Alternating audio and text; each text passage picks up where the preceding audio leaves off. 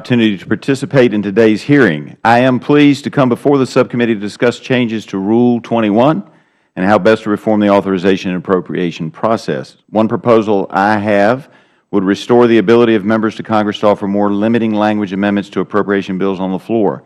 As a background, in 1983, when the Democrats were in the majority, the rules were changed at that point. So this is not a long-standing rule that dates back to the 1870s or 1880s.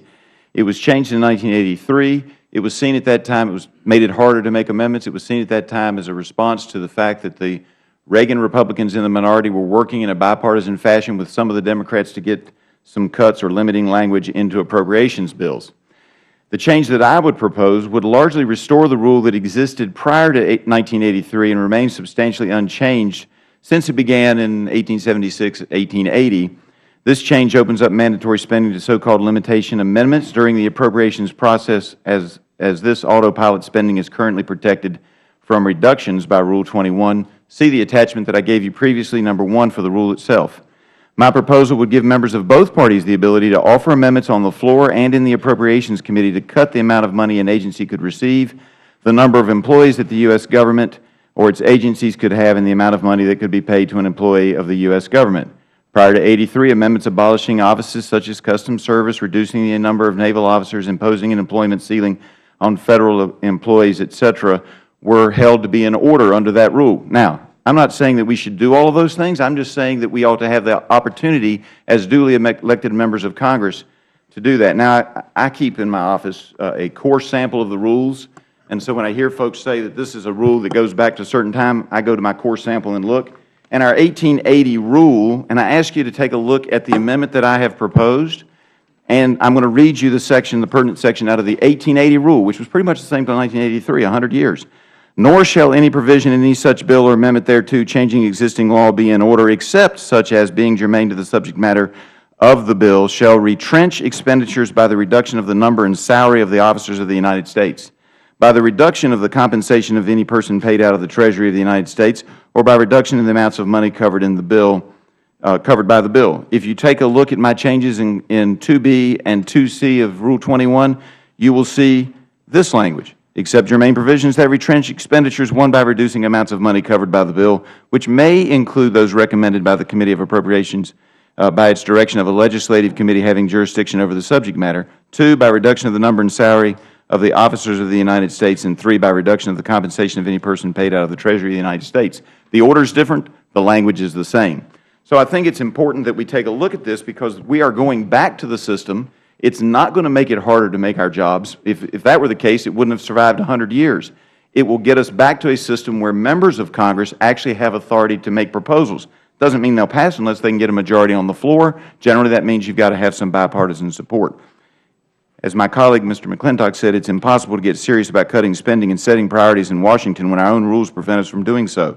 We must modify Rule 21 to open up mandatory spending to the will of the House and eliminate barriers that put mandatory spending outside the reach of the amendment process. We're $19 trillion in debt. We can't continue to shield mandatory spending.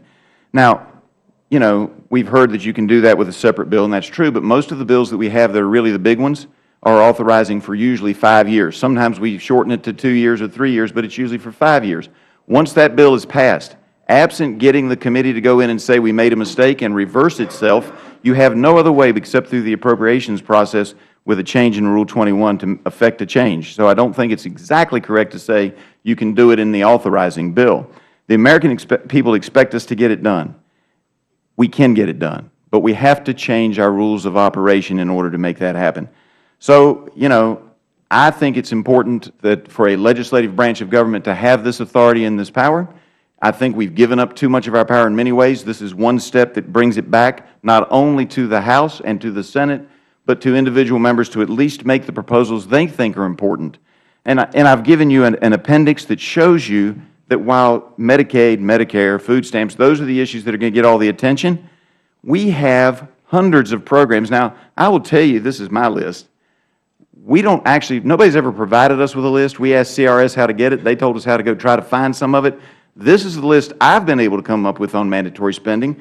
But when you look at, say, we tried to find the Wild Horse and Burro program, which is mandatory spending, you got this page here, got a little star there, And that might be the program it's in, but you get into sub-programs.